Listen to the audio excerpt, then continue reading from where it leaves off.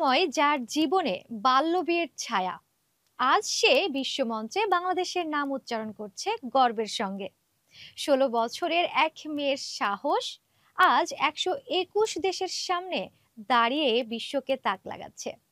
তানজিয়া জামান মিথিলার এই যাত্রা শুধু সৌন্দর্যের নয়, এটা এক অসম্ভব লড়াইয়ের গল্প।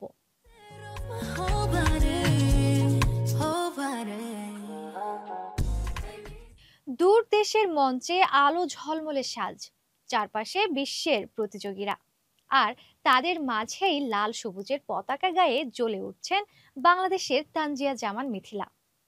জেলা শহরের এক সাধারণ মেয়ের শুরু, আজ দাঁড়িয়ে আছে বিশ্বের সবচেয়ে বড় সুন্দরী প্রতিযোগিতা মিস ইউনিভার্স ২০২৫-এর মঞ্চে।